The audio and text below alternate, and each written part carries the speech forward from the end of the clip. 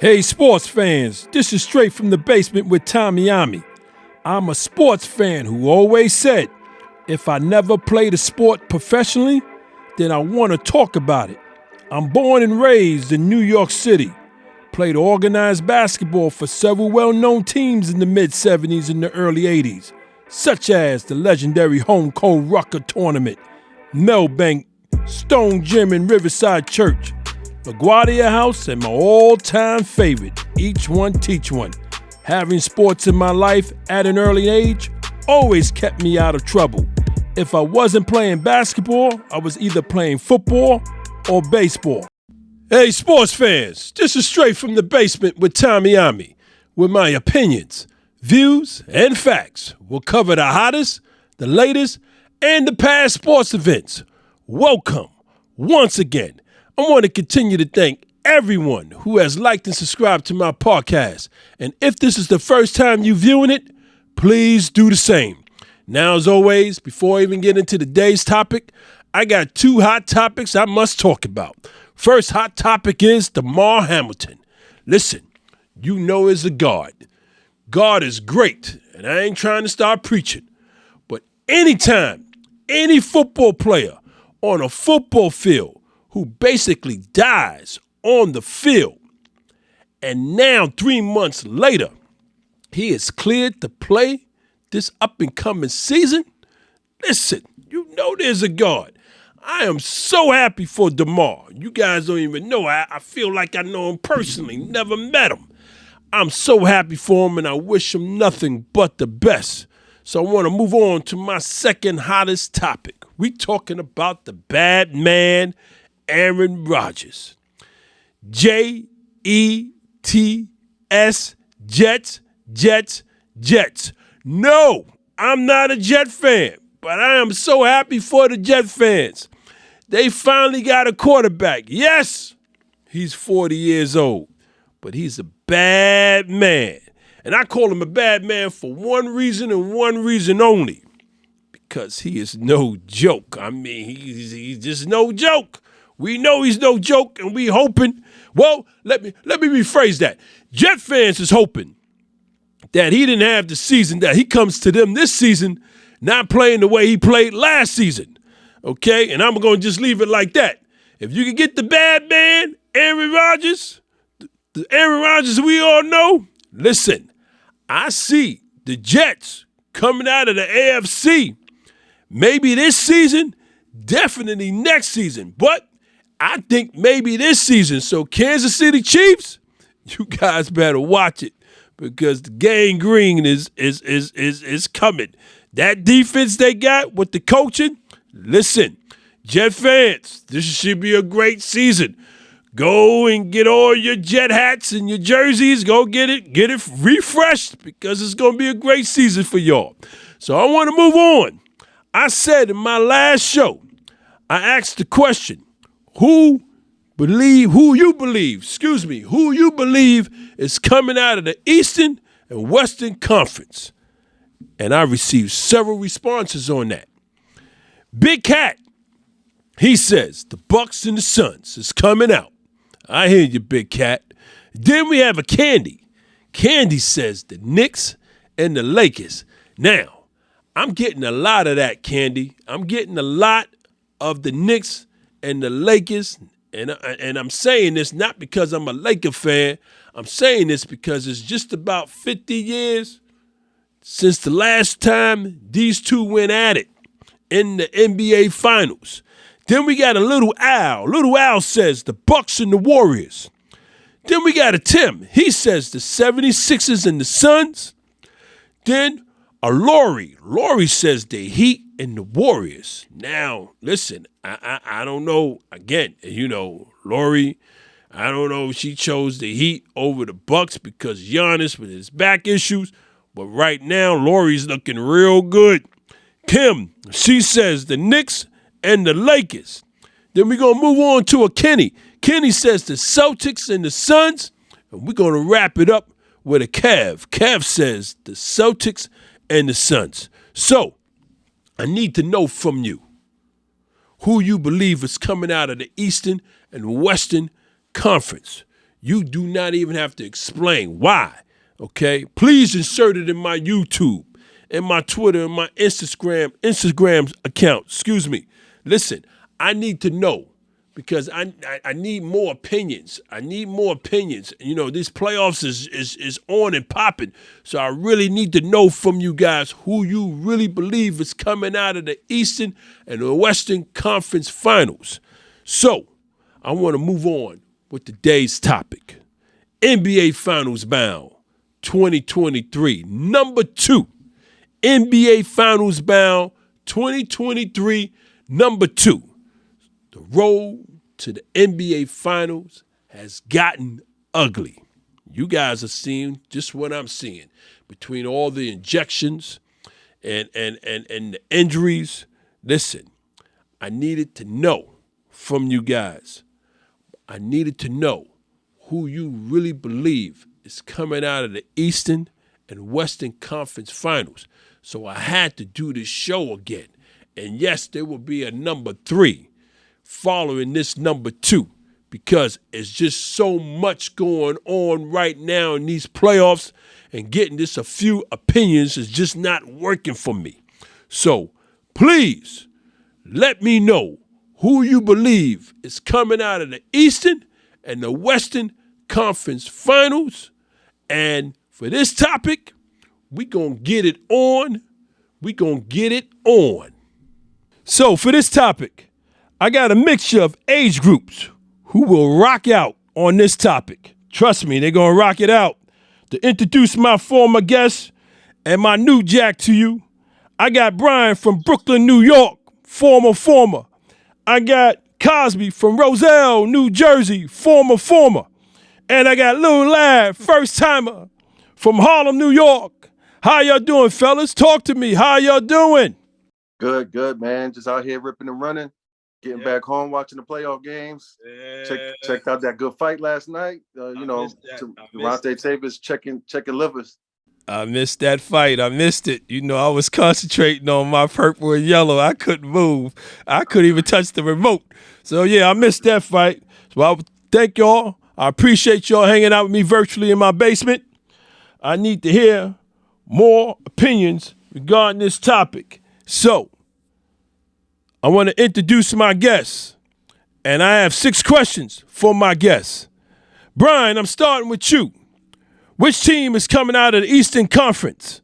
Please explain their matchups on how this team will make it into the NBA Finals. Well, as you can see from my hat, I like the Sixers because I'm a big Joel Embiid fan, but to be honest with you, I don't think they're going to make it this year because Boston's defense is too strong. They've always been a kryptonite for the 76ers. I'm hoping the Sixers go, but it's looking like Boston is going. Looks like Milwaukee, they're having injury problems. Giannis is not looking good, and that's the other major threat in the East. So for me, it looks like Boston is going to the finals. Yeah, okay. I'm just about agreeing with you, man, because between you're right, the Sixers and the Giannis, the key players are banged up. Celtics look like the most healthiest out of the 3. Yeah, thank you for that, Brian. Thank you for that. Same question, Cosby. Which team is coming out of the Eastern Conference? Please explain their matchups on how this team will make it to the NBA Finals. Yeah, I got to agree, man. I think Boston's coming out too. Giannis is not looking too healthy. I mean, if he can, I don't know, get some steroid shots and get that back right, then I have them coming out. But yeah, I think it's going to be Boston, man. Yeah, you know that back, boy. It don't matter professionally or it's just the back in general. It don't care who you are. When that back go out of whack, it's going to stay out of whack for a moment. It ain't no, I'm going to pamper it for 2 days and it's going to be 100% straight. No, it takes a while. That's the back. Back and hamstrings. Oh, yeah. Thank you for that. Lil Lad, same question. Who's coming out of the Eastern Conference? I'm going to go like everybody else, man. I got to go with Boston. Okay. Young team, offense, they can score whenever they want, and the defense is there. I don't see anybody stopping them at this point. Yeah, all right. So I got all 3 of y'all going with the Celtics. You know, I needed more opinions, and this is why I did this topic, NBA Finals bound 2023, number 2. Okay, last show was number 1. All right. I needed more opinions. And as we know, as the playoffs go, key players get hurt. And role players who's crucial coming off that bench get hurt. They change the whole dynamic of that team right then in that series. So listen, thank y'all for question number 1. Moving on to question number 2. Which team is coming out of the Western Conference? Please explain their matchups and how this team will make it to the NBA Finals. Brian. Well, the West is wide open, man. Anybody can do it. You know, I see you with the Laker hat on. They got as good a chance as anybody. You're damn right, dude. But my pick, I'm going with Sacramento, man. Sacramento's looking real good. I think after they get through this series with Golden State, who's the defending champs, they're gonna be battle tested and they're gonna be confident they could be anybody. So I'm gonna go with Sacramento Kings. De'Aaron Fox, man, Malik Monk out there on the guards, and then you got the big man down low, Sabonis. So I think they're gonna make a nice little run. I like their pace; they look good. Listen, I wasn't expecting that out your mouth, right? I mean, you know, no disrespect to the Kings, but I didn't think you was gonna say they coming out. Wow. Okay. I mean, listen, it ain't a big wow, but it's just a little wow. Okay. Cosby, same question. Who's coming out of the Western Conference? Oh my God, man! Anybody's guess as good as anybody's guess on this one, man. Sometimes I'm thinking Denver's coming out, but I don't think they have the gravitas to do it. I think the Lakers should come out, but sometimes they're up and down, man. Yeah. The Suns, I don't think they have, even though Kevin Durant's a great player, I don't think he's that dude to bring them out of there. I'm going to have to probably go with Golden State. I think Golden State is going to get by the Kings, and I think Golden State's going to come out. Well, listen, I got the Kings from Brian, and then Cosby broke it down, and he got the Warriors. So I guess you're two going at it with that Western Conference. And you said something that they've been saying with other analysts and me doing these shows and talking to people. Nobody's giving Denver Nuggets, the number 1 seed, no respect with the Joker, the 3-time. I don't know why. They come in and I think they taking it personal because every game I see, they try to destroy Minnesota. Anyway, moving on. Larry, same question. Who's coming out of the Western Conference? Talk to me. I'm a Lakers fan. I would love to say the Lakers, but when I look at it, I got to pick the Suns. You got a guy like Chris Paul, and then Devin Booker. Nobody puts respects on his name, man. Like he top 5 shooting guard out there in the league right now. And then Kevin Durant added. I don't see anybody stopping that offense. Like that offense can go out and score any way they decide. Okay. All right. Well, so that's who now? The Lakers. The Suns. So I know you're a Laker fan, but you got the Suns going. Okay, you being honest. Listen, you being honest. But I know personally you're a Laker fan, but you're being honest. Okay, so I got the Warriors, I got the Kings, and we got the Suns out of this group coming out of the Western Conference. All 3 of y'all said the Celtics. So we're going to move on. Thank y'all for question 1 and 2. We're going to move on to question number 3. What makes an NBA coach in the playoffs? Good or bad coach? Please explain why, Brian. Well, when it comes to coaching, man, you only as good as your last series. Look at Nick Nurse. I mean, he won the championship a couple of years ago. He just got fired. You know what I mean? So you gotta keep on being great. You gotta keep on making the adjustments.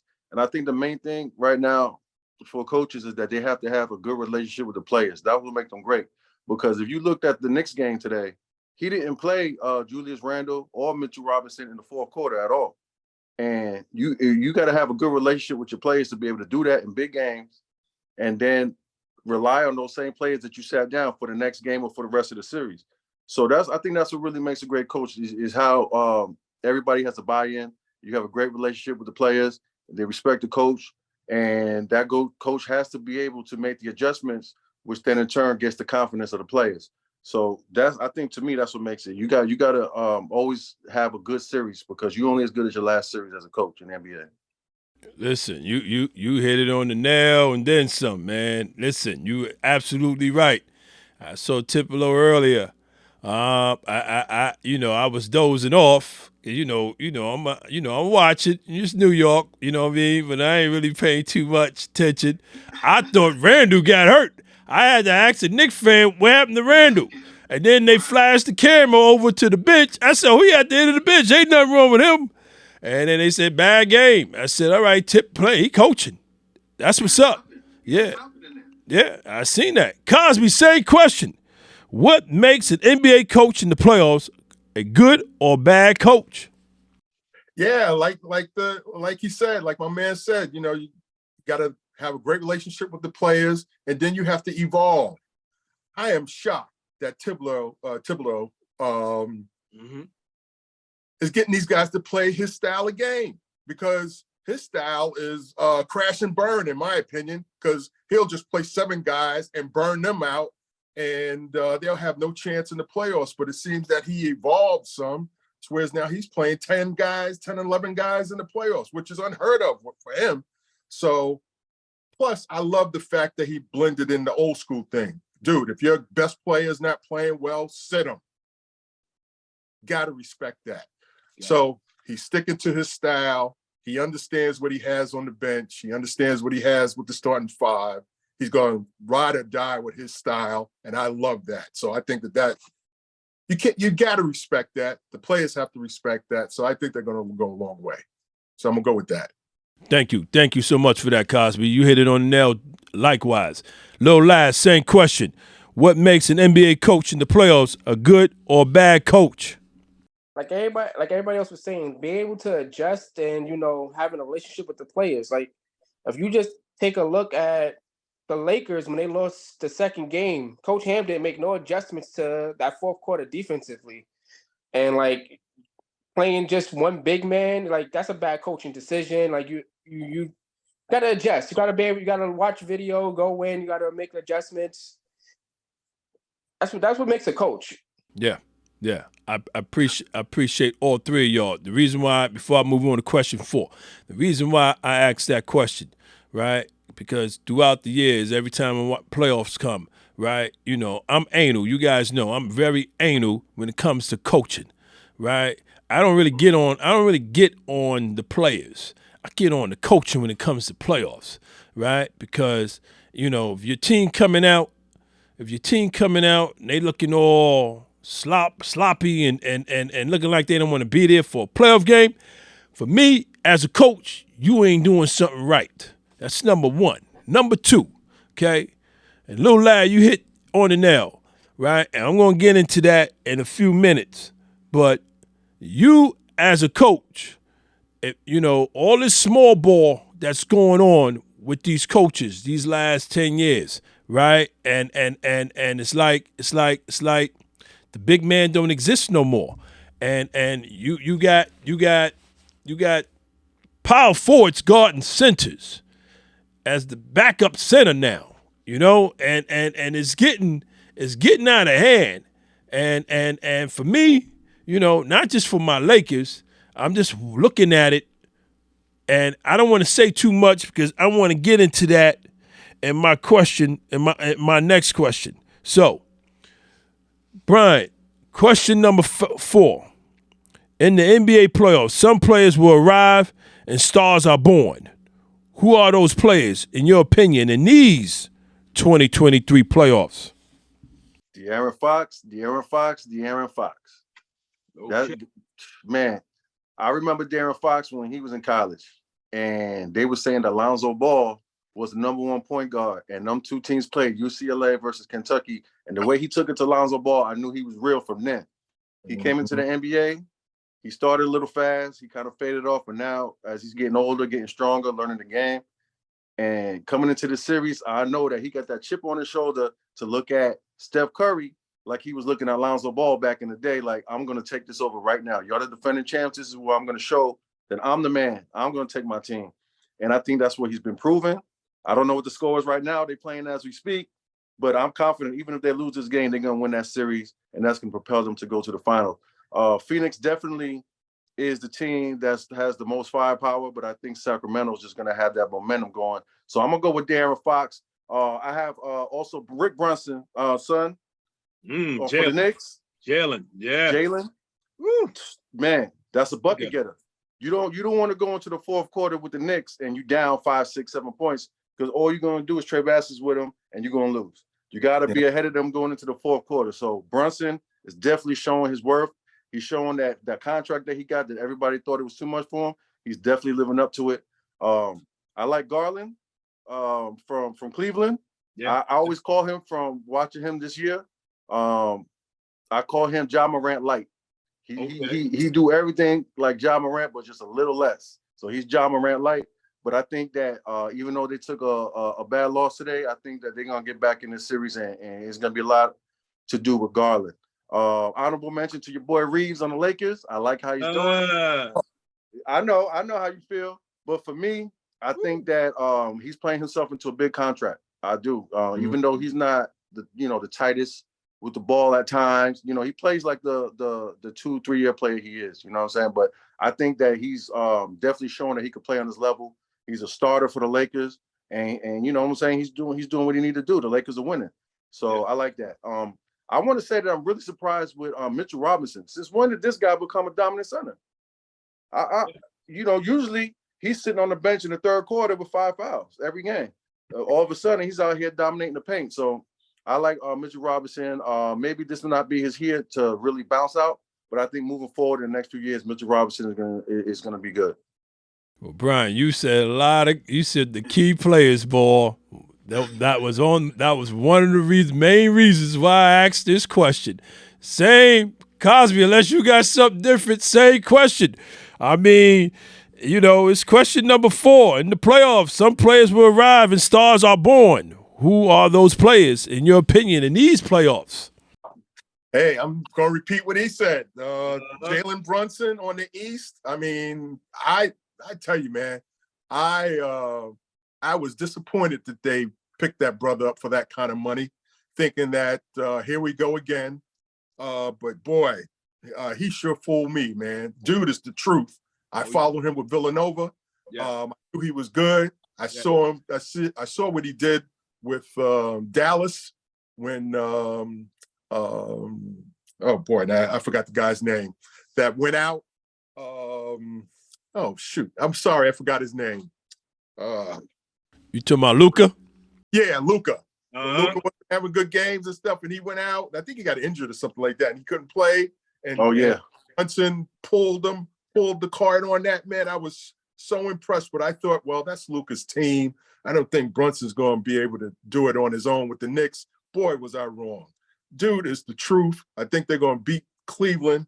I'm hoping that I hate to wish bad on Milwaukee, but I think that if Giannis doesn't come back, Milwaukee's going to beat Miami's going to beat Milwaukee. Yeah.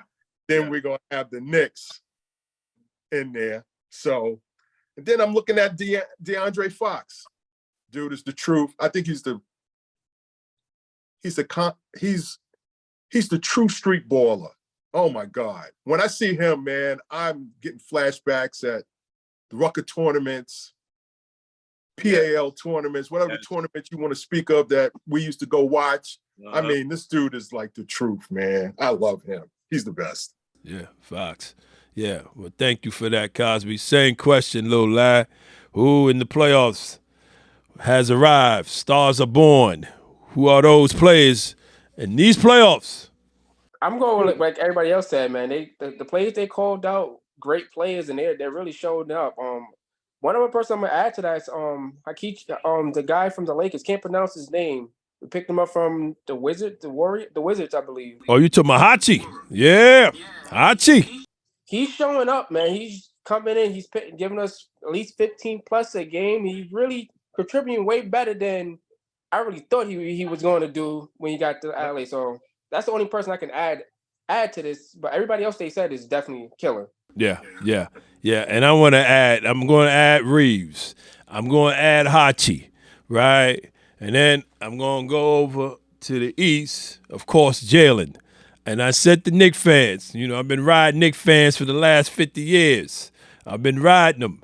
I said in the last 20 years ago, they had a point guard, Mark Jackson, who was the truth, right? Since then, they had some decent point guards, but nothing like this. Nothing like this. Nothing like this, Jalen. And as soon as the Knicks got him, I said, watch the Knicks now. I said that to myself. Now I'm just been saying it to Knicks fans. I've been hitting them. I congratulated them today because I knew coming into the series, Knicks will beat Cleveland. And I explained why. I just feel Bernie Bickerstaff for the for Cleveland's coach, right? He's not using his big men correctly. He's not the Allen and the Mobley. They lost. You know what I'm saying? They just lost. He's not using them. He's lost. And the record they had was the good record they had was against really under 500 teams. So the Knicks will beat them. The Knicks will beat them, and it's showing right now. So I want to move on to question number 5. This question is not related to this topic.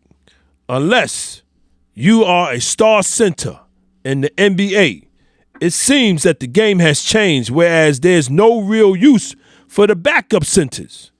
True or false statement? Please explain, Bryant. I think that's false. You need a center and a backup center. You need both. Because if you look at the dominant teams, I mean, the two people who's been vying for the MVP the last few years is Jokic and Embiid. I mean, they're dominant. You run into them in the playoffs and you ain't got no beef down there, at least to give 6 fouls. I mean, you don't got to have a dominant center, but you got to have somebody that's going to make them work. You're going to lose. I mean, then you got Giannis out there. He's a 7-footer.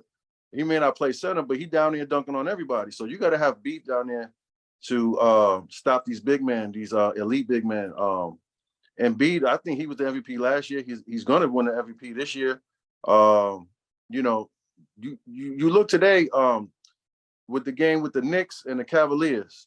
Mitchell Robinson was just bullying Jared Allen, and that you can't have that. Your big man has to hold it down there. They got to be the rim protector.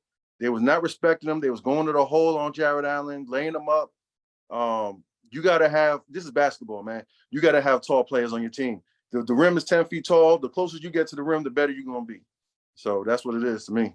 Yeah, I agree with you.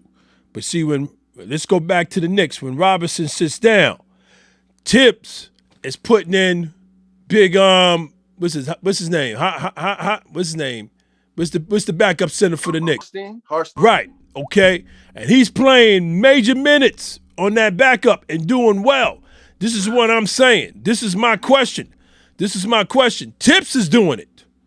But Cosby, I'm going to ask you the same question. Unless you are a star center in the NBA, it seems like the game has changed, whereas there's no real use for the backup centers. True or false statement? I say false too. I mean, The brother for me took the words right out of my mouth. And then I guess it's a combination of the fact that you got to stay true to your style. Thibodeau stays true to his style. He understands that you can't teach height. You got to have some beef in that middle, man. The star center, backup center, and yada, yada, yada. Everybody's trying to play Steph Curry. Everybody's trying to play Golden State basketball. If you don't have the personnel to play Golden State basketball, you can't play Golden State basketball. You have to play your style of ball. Hence, that's why the Knicks are doing so well, man. Okay. Thank you. Thank you both. Lil Larry, same question. I agree with everybody. False. You need a center to play, and that shows the other night with the Lakers. We got 2 big guys sitting on there, and we don't put them in, and we get out rebounded when AD go to the bench. Just crazy. You need a center these days and a backup center just to have height in the game. And then you got these young guys like Fox, Ja Morant that can just whip into the basket quickly. Like height makes a difference in changing your shot. You're changing your shot. So I do believe you need a center and a backup center just in the game, not just for rebounding, just to scare players to alternate shot while they're in the air or whatever. Yeah. Larry, bring your camera down. I can't see your head. There you go. Now, let me tell you why I asked this question, fellas. Right? All three of you said force. Right? My question was really based on the backup centers, not so much the star centers. Right? We know we're joking and the Embiids and they what they gonna do. Right? I'm looking at the backup centers, right, for the last several years, right? And you got teams who got backup centers, right? The 6'11", the 7'1", and they just sitting on the bench throughout the regular season. And then they sitting in the playoffs, right? And when the starting center goes out for his rest, most of the coaches are bringing in that power forward, skipping, ignoring the backup centers, and they bringing in the power forward to hang out with the opponent's center. I'm trying to understand why.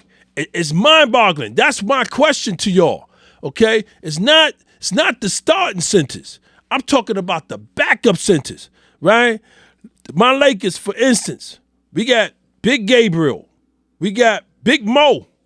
We just picked up Tristan Thompson. All three big bodies, right?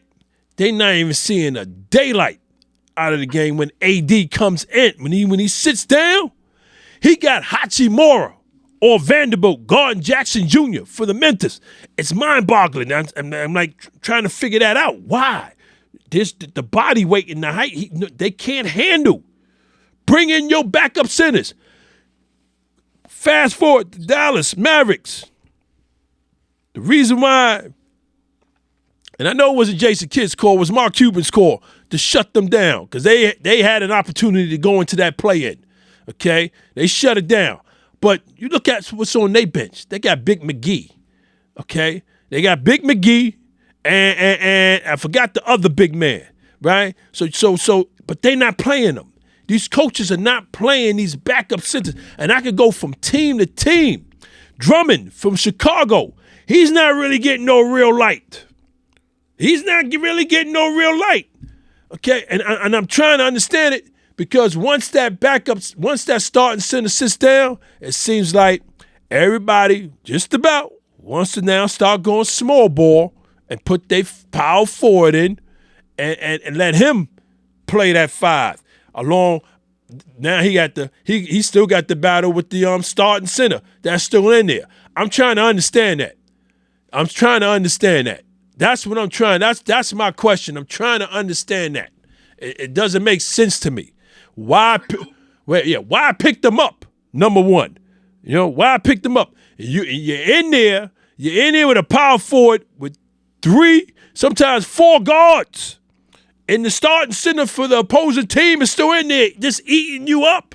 So all that hard work you just did just goes out the window because you just gave it right back because your dumb decision as a coach, you went small ball, and your small ball can't handle the defense, can't handle the big man. They're looking at analytics. That's the problem. They think that 4 guards or the small lineups is going to do work. They're looking at Golden State, how they've been playing the last few years. So that's how they're going. You gotta play. You gotta watch the game and put the players in that's gonna be effective, man. I mean, there's only but so far analytics is gonna get you.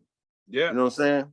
You put your big man in to eat them small guys up, like you said. I mean, you got Mo Bamba on the bench for the Lakers for no reason, and they're going small for no reason. I mean, I could go from team to team with that, man. When that starting center sits and gets his rest, because he got to get rest. You know what I'm saying? And you thinking one of the centers that's sitting down should be coming in. You know what I'm saying? Give you a little 10-minute garbage. You know what I'm saying? Listen. I go back from Chicago Bulls, Michael Jordan days. Phil Jackson made sure he had 6 centers on his team. He had the starting center and 5 sitting. And his math was, because it was a different world, listen, it's 6 fouls. I got 6 centers. I got actually 5 centers that I don't care if they're all 5 foul out. Okay? 5 times 6 is what? 30. That's 30 damn fouls. Beat them up. As long as your starting center can end the game with the other starting five, with the other starting four, you win games. You win games, but they got to go back and playing these bigs when the starting center sits down. That's all I'm saying. That's all I'm saying. Okay, that's all I'm saying here. And so, I can go on and on with that, but I want to move on. Analytics change the sport. Yeah, and you said it right, Brian. Everybody's been following Golden State. And if it's not the small board that been following, I mean, every player, point guards, and the other teams, they want to shoot from half court now. I mean, that Golden State, man, they just changed the game. They changed the game since they've been winning and dominating, this dynasty. They changed it. They definitely changed it, Yeah. So I want to move on to my last question, fellas. Brian, who will be the 2023 NBA champions? Please explain the matchups and why. Well, I'm gonna go with Boston. They seem like the most complete team. They got the defense, they got the offense, and the experience from last year. They know what to do, what not to do. If they go against Sacramento Kings, which I predicted, I think they'll beat the Kings.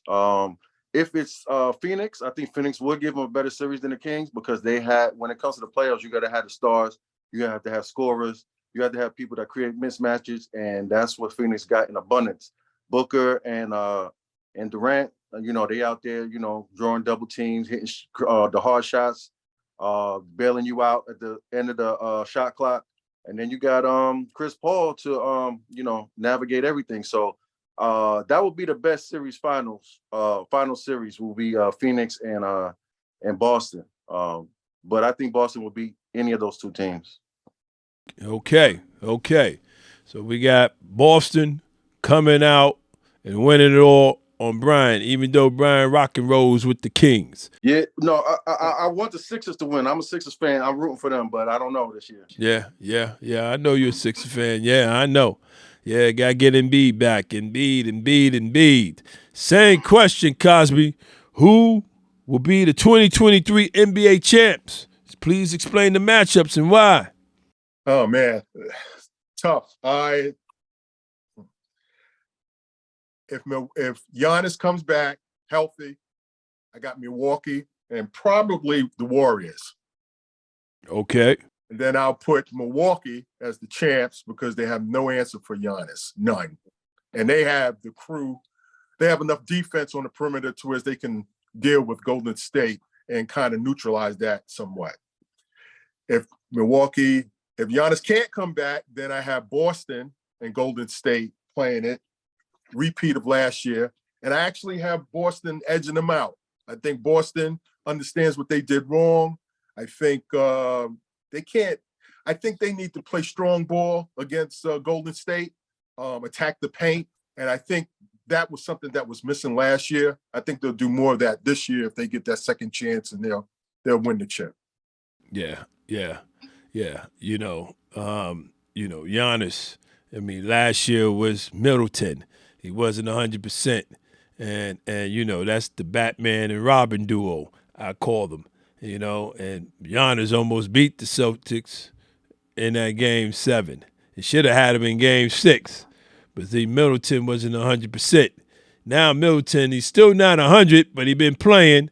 And now Giannis. So we going to see, man. We all, as sports fans, we all hate when the stars go down.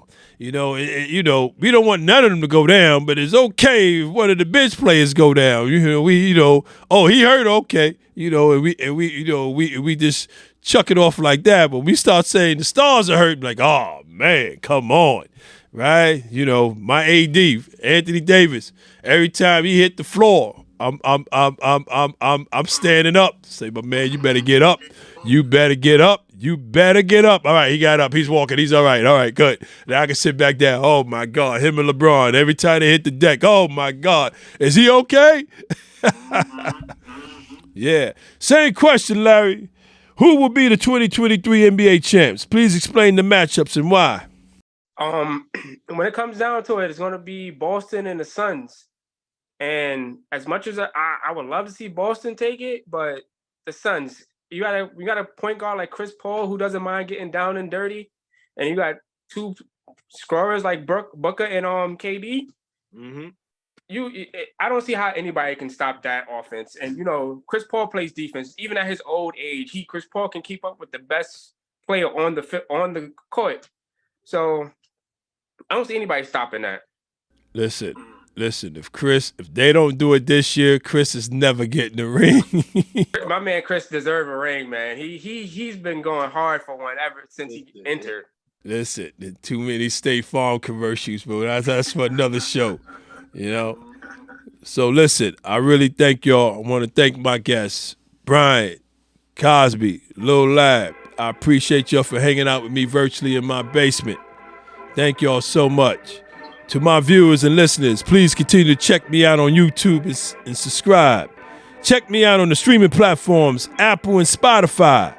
Also, please remember to check out the Dewey Does Foundation that is fighting childhood obesity, which helps support youth sports, fitness, and health at DeweyDoes.com.